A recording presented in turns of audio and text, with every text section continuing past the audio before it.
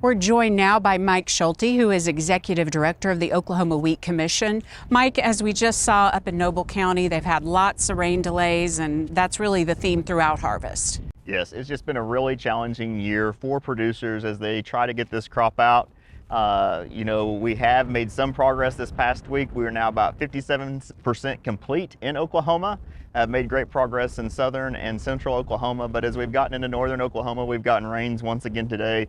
And so it's really just created challenges for producers overall. Forecast doesn't look very good for the next week as far as that goes. So I'm hopeful that, maybe after the 4th of July, it will dry out and maybe we can get this crop behind us. It's really kind of over a week behind where it normally would be? We're about 12 to 15 days behind schedule now of where we normally would be when you look at harvest over the last 10 to 12 years. So, we're thankful for the moisture. It allowed us to have something where we thought maybe we weren't going to have anything at all. But now at this point in time, it would be great if we could have, 5 to 6 days of real dry weather to try to get it out, because anything now that happens with rain probably is not going to bode well for us as far as quality. So to this point, how has quality looked, yields, moisture levels, all of that?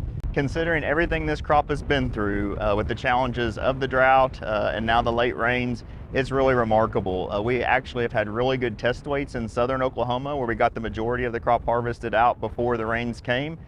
Central Oklahoma, we've had some test weights that haven't been as high. As we moved into northern Oklahoma, again, where harvest is going on right now, test weights were extremely high in the beginning. I think we're going to probably average out, but I think we're going to do well overall once we get it all harvested, just because we had some really great, tremendous test weights to begin with. Actually, the northeast part of the state is really kind of the bright spot of the state. They did have timely rains. It all worked out for them. The northeast part of the state also grows the classification of soft red winter wheat.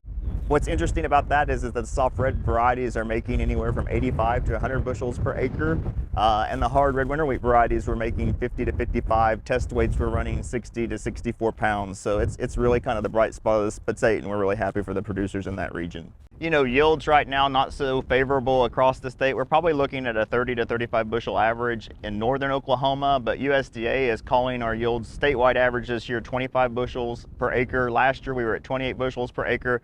There was a lot of abandonment in our large wheat production counties in northwest Oklahoma and the Panhandle regions. Those areas are probably going to take in 30% of what they normally have taken in over the last 5 to 6 years, and so that's really going to create some challenges for the overall yield for Oklahoma. USDA calling us at 53 million bushels right now currently. Last year we were at 68.6 million bushels. The year before that, 115. Our 5-year average in 2021 was around 100 million, so we're looking at about half the crop of what we normally have. And with windy days arriving like this, those fields will dry out pretty quickly, won't they? Absolutely. All right, Mike, great talking with you, and we'll see you again soon. Thank you.